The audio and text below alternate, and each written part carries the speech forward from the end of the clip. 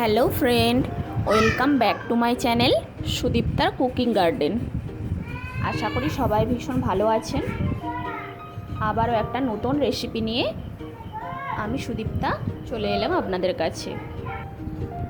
আজকে আমি ভেন্ডির একটা নতুন রেসিপি নিয়ে চলে এলাম। ভেন্ডি তো অনেক রকমভাবেই খেয়েছেন, কিন্তু এই রেসিপিটা দেখুন কিভাবে করি।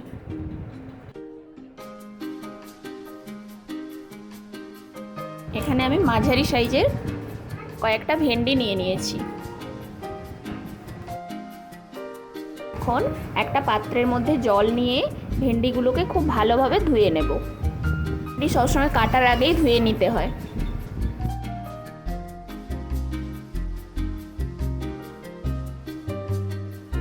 ভালো করে ধুয়ে নিয়ে ভেন্ডিটাকে ভালোভাবে জল ঝরিয়ে নেব। একটা কাপড়ের সাহায্যে হালকা করে মুছে নেব, তাহলে ভেন্ডিটা কাটতে সুবিধে হবে। এখন ভেন্ডিটাকে একটা ছুরির সাহায্যে আস্তে আস্তে ঠিক এইভাবে আমি কেটে নেব। সমস্ত ভেন্ডিগুলোকেই এভাবে কেটে নেব। চাইলে বঁটির সাহায্যেও কেটে নিতে পারেন, যে যেটাতে বেশি অভ্যস্ত সেই তার বঁটির সাহায্যেও কেটে নিতে পারেন। একটু ঝিরিঝিরি করে কাটলে জিনিসটা বেশি ভালো হয়। ঠিক এইভাবে সমস্ত ভেন্ডিগুলোকেই আমি কেটে নেব।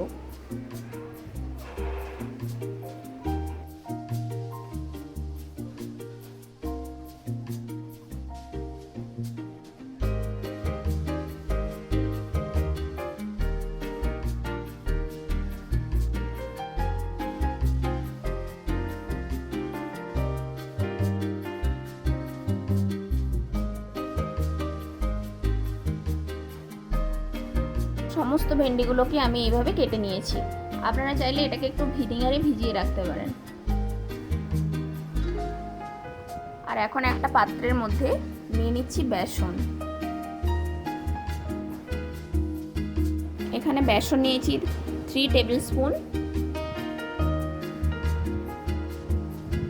আর চালের গুঁড়ো নিচ্ছি 2 টেবিল স্পুন।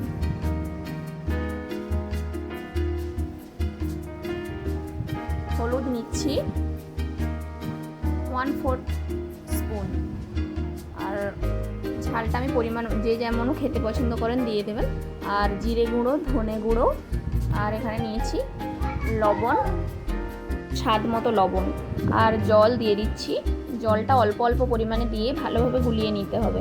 একবারে অনেকটা বেশি জল দিলে ব্যাটারটা পাতলা হয়ে যেতে পারে। এবার ভালোভাবে এই ব্যাটারটাকে আমি ফেটিয়ে নেব। আর একটু জল লাগবে, আবারও একটু জল দিয়ে দিলাম। জলটা পরিমাণ মতো দেখে দিয়ে দিতে হবে।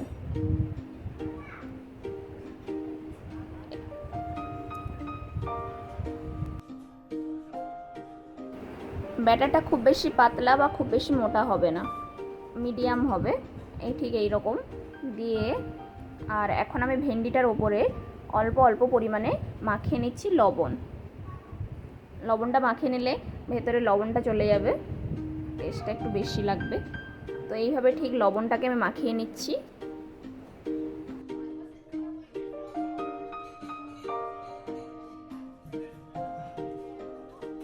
এখন কড়াইতে ডিপ ফ্রাই করার জন্য পরিমাণ মতো দিয়ে দিলাম রিফাইন্ড অয়েল। আর ব্যাটারের মধ্যে কেটে রাখা ভেন্ডিগুলোকে আমি এখন সুন্দর করে ডুবিয়ে নেব। ডুবিয়ে নিয়ে এক এক করে ছেড়ে দেব। ঠিক এইভাবে একটু দিয়ে ভেন্ডিটা আমি ছাড়বো, তাহলে দেখতে বেশি ভালো লাগবে। ঠিক একইভাবে সমস্ত ভেন্ডিগুলোকে ব্যাটারে ডুবিয়ে আমি আস্তে আস্তে ছেড়ে দেব। একদিক ভালোভাবে ভাজা হয়ে গেলে আস্তে আস্তে আমি ভেন্ডিগুলোকে উল্টে দেব। দুই দিক লাল করে ভেজে নেব। কেমন লাগলো এই নতুন রেসিপিটা অবশ্যই আমাকে কমেন্ট করে জানাবেন। আর ভালো লেগে থাকলে অবশ্যই চ্যানেলটি সাবস্ক্রাইব করে নেবেন। আর পাশে থাকা বেল আইকনটি প্রেস করতে একদম ভুলবেন না, তাহলে যদি আমার চ্যানেলে সমস্ত নোটিফিকেশন সবার আগে আপনাদের কাছে পৌঁছে যাবে। আর যারা আমার চ্যানেলটি সাবস্ক্রাইব করে নিয়েছেন তাদেরকে জানাই অসংখ্য ধন্যবাদ। পকোড়াগুলো ভাজা হয়ে গেছে, এখন এগুলোকে আমি আস্তে আস্তে একটা ছান্তার সাহায্যে তুলে নেব। দেখো দেখতে কত অপূর্ব হয়েছে।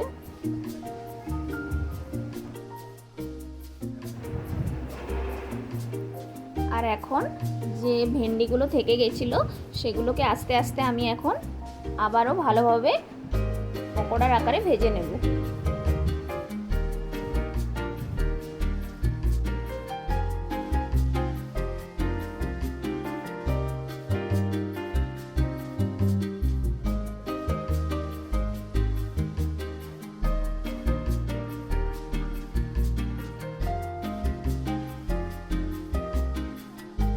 ওরা যে কোনো চা, কফি বা সসের সাথে পরিবেশন করা যেতে পারে।